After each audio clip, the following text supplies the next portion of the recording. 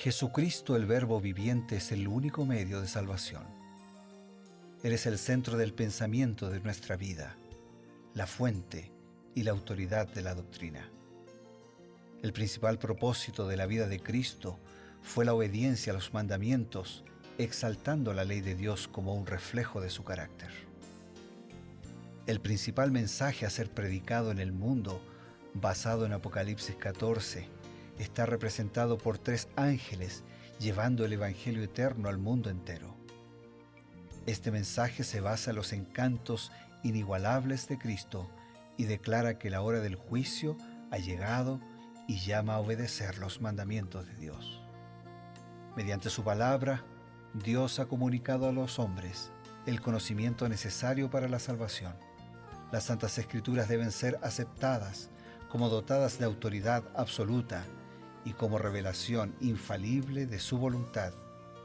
Y aunque el canon de las Escrituras inspiradas está cerrado, el Espíritu Santo continúa iluminando, amonestando y confortando al pueblo de Dios a través del testimonio de Jesús, el Espíritu de profecía. El camino a la vida se traza a través de un camino angosto que debe ser recorrido con confianza a las promesas que Dios dejó a hombres y mujeres fieles que dedicaron sus vidas hasta la muerte por el Evangelio eterno. Los fundadores de la Iglesia soñaron con el día en que la revelación sería una realidad en sus vidas. Miraron con los ojos de la fe a aquel día glorioso cuando finalmente la promesa sería cumplida en la venida magistral de Jesucristo a esta tierra para recompensar a cada uno según sea su obra.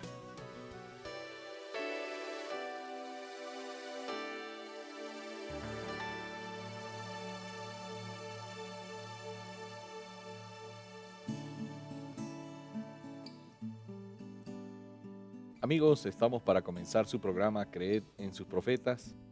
Ustedes saben que este programa está dedicado para buscar el consejo oportuno de la palabra de Dios, un capítulo por día. A semejanza del programa que ustedes conocen, Reavivados por su palabra, también este programa transita por un capítulo por día de las Sagradas Escrituras, pero eligiendo algunos tópicos en los cuales el Espíritu Profecía, los consejos inspirados que Dios le dio a Elena White, pueden tocar o pueden ayudarnos a comprender mejor.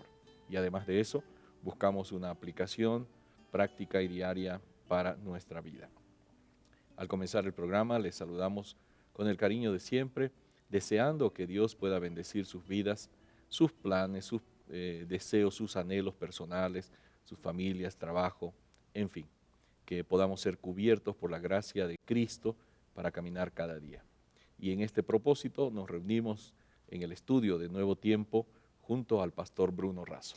Gracias, Pastor Eber. Un saludo con alegría para ti, para nuestros amigos, para cada uno de los que nos asisten diariamente, para todos los que compartimos en la radio, en la televisión, en internet, este momento, este espacio, hoy para reflexionar un poquito más sobre el anteúltimo capítulo de Jeremías, capítulo 51.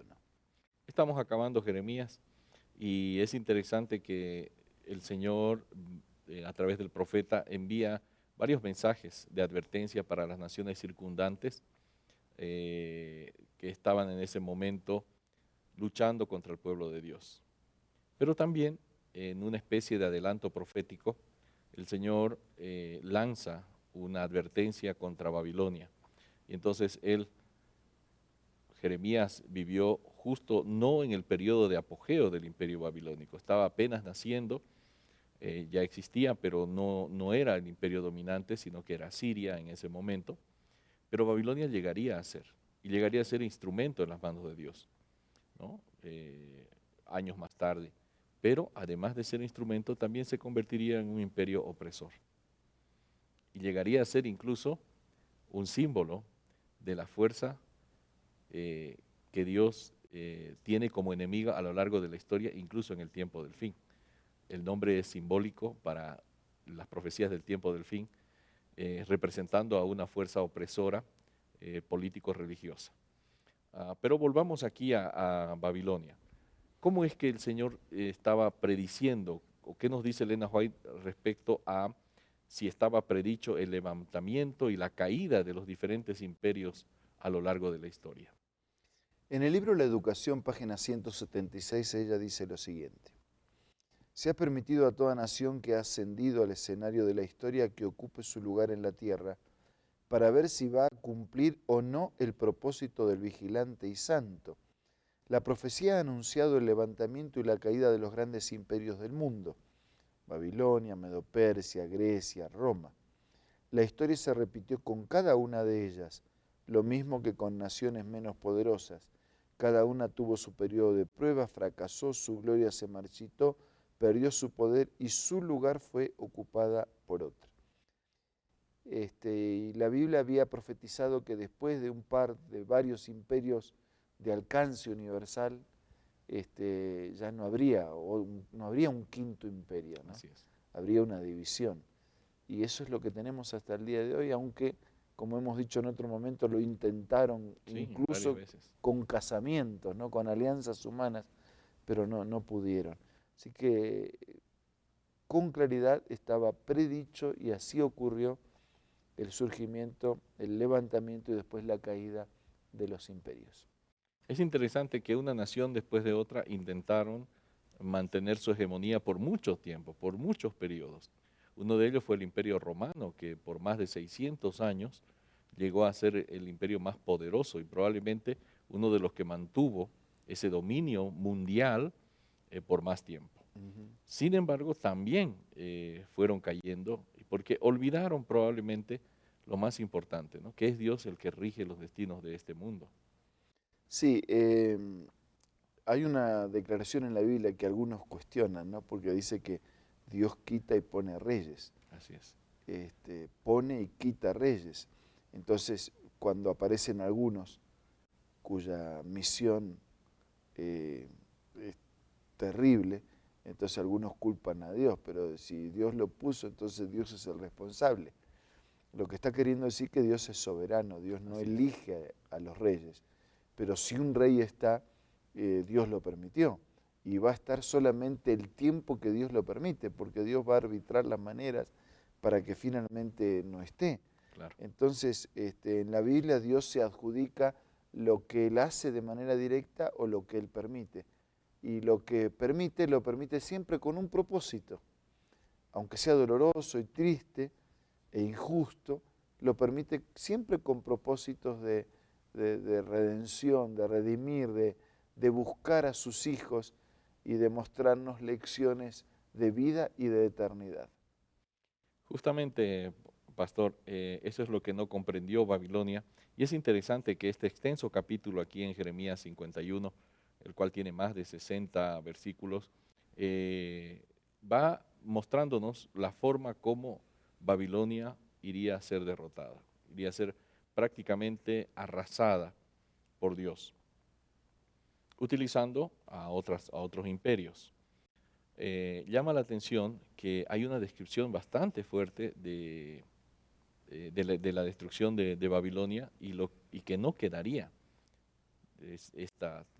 toda la fuerza de su poderío. Por ejemplo, una de las cosas de lo que se jactaban ellos era su muro.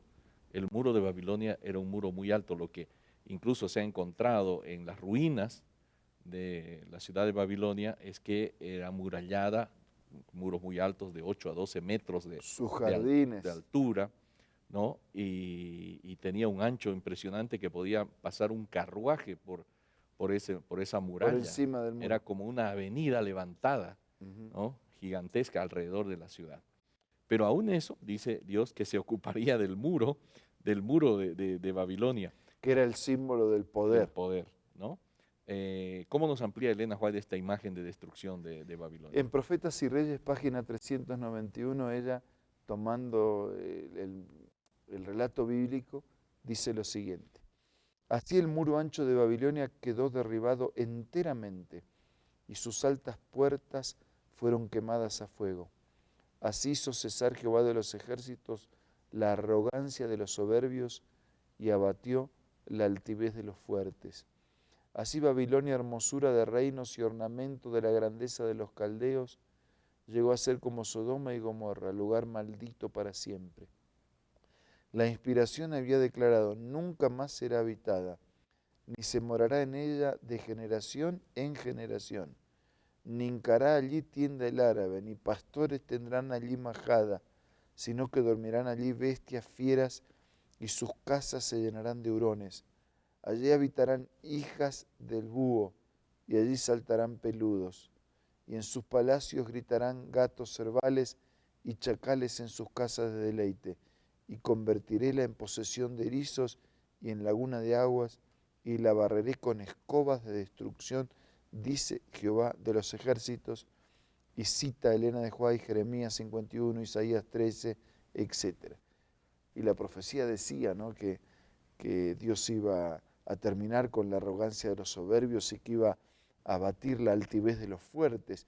Y lo que era hermoso, ¿no?, sus jardines y ornamento, llegó a ser un lugar maldito para siempre, ¿no? O sea, las aves y ni siquiera las aves domésticas, digamos, ¿no?, los animales domésticos, sino de expresiones así bien duras, las lagunas, lugar transformado, una ciudad, una fortaleza que deja de ser porque Dios estaba fuera de la fortaleza.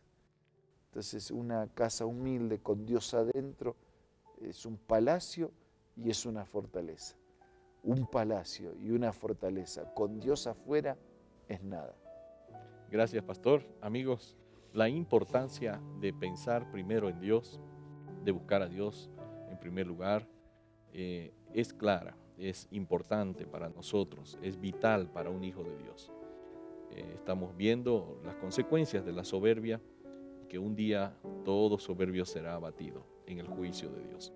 Vamos a ir a un corte y enseguida retornamos. Hola amigos, leamos juntos esta cita acerca del rey David. El amor que le inspiraba, los dolores que le oprimían, los triunfos que le acompañaban eran temas para su pensamiento activo, y cuando contemplaba el amor de Dios en todas las providencias de su vida, el corazón le latía con adoración y gratitud más fervientes. Su voz resonaba en una melodía más rica y más dulce. Su arpa era arrebatada con un gozo más exaltado, y el pastorcillo procedía de fuerza en fuerza, de sabiduría en sabiduría, pues el Espíritu del Señor lo acompañaba. Esta cita la encuentras en el libro Reflejemos a Jesús, que es parte de la colección de Elena G. de White, que puedes descargarlo de la aplicación en el App Store o en el Play Store. También puedes buscar estos libros en la página www.editorialaces.com.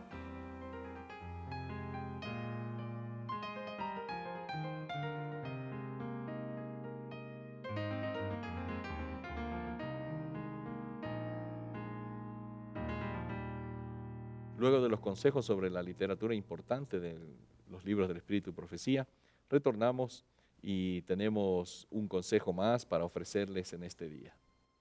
Solo enfatizar el hecho de que nos presentemos delante del Señor humildemente, así como debe ser, porque la arrogancia, la altivez nos llevan siempre a la ruina. Ahora vamos a orar. Señor, haz de nuestra casa, haz de nuestra vida simple una fortaleza y un palacio. Por tu presencia,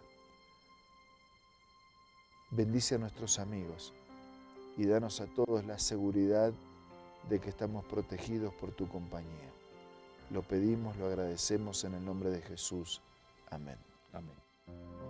Amigos, esto ha sido Creed en sus profetas, su programa que busca el consejo inspirado, diario y oportuno para los consejos, la caminata diaria de nuestra vida. Esto ha sido Creed en sus profetas. Nos encontramos, Dios mediante, el día de mañana por medio de Nuevo Tiempo, la señal de esperanza.